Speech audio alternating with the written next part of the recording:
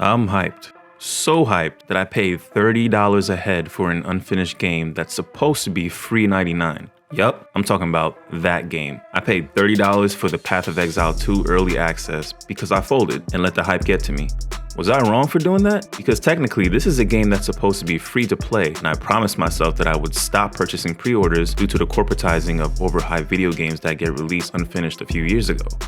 I was never one for participating in microtransactions just because of a shiny new skin, mount, or collectible. I came up in an era when games were delivered complete and you had to work hard getting good, doing challenges in the game to unlock and or be rewarded with extra commodities for your efforts. That's how I prefer it anyway, because I'm not a gambler, so throwing away money frivolously has never been a trait of mine. Second, I'm very reserved when it comes to spending, and if I don't see something that's worth the investment at the moment, my hard-earned money is staying in my bank account.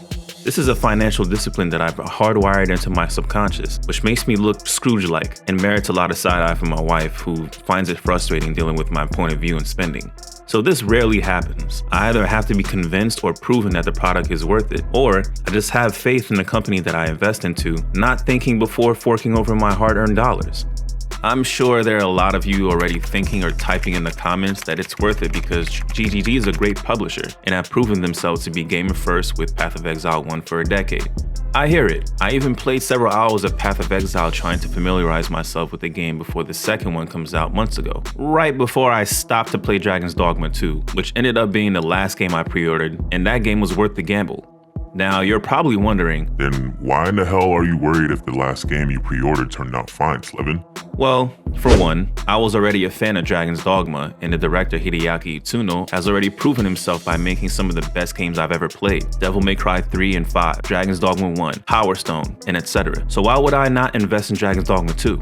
I don't deny that GGG has a great reputation in the gaming sphere, but I'm worried because they're not the first publisher to have the fans' reverence and to underdeliver with their next hyped IP. This happened to me, and many of you before. Let me remind you of CD Projekt Red and Cyberpunk 2077. They too made a very well-received IP in The Witcher 3 Wild Hunt, and due to the success of that game, everyone put CD Projekt Red on a pedestal, a very high pedestal, when it came to the anticipation of their next project, which was Cyberpunk, and we all know what happened with that.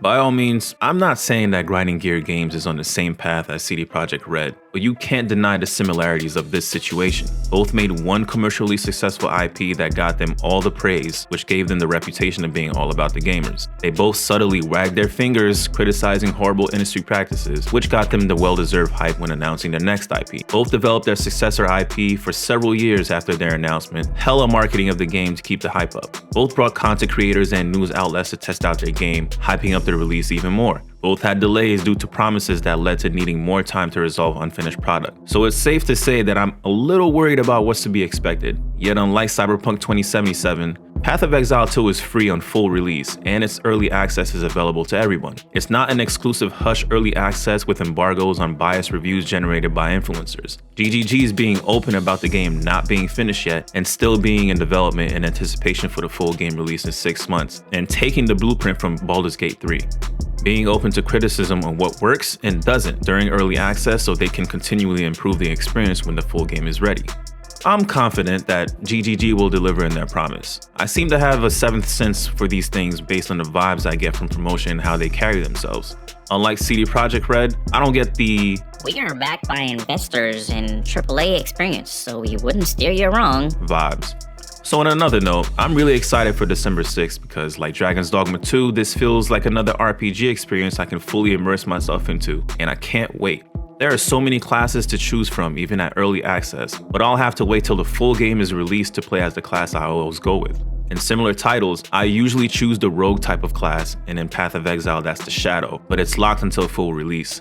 Usually when I can't choose a roguelike class, I prefer choosing a melee specification over ranged or casters. And in this case, the available melee classes are the warrior and the monk, but surprisingly, I'm very much leaning towards the mercenary as well, even though it's ranged class.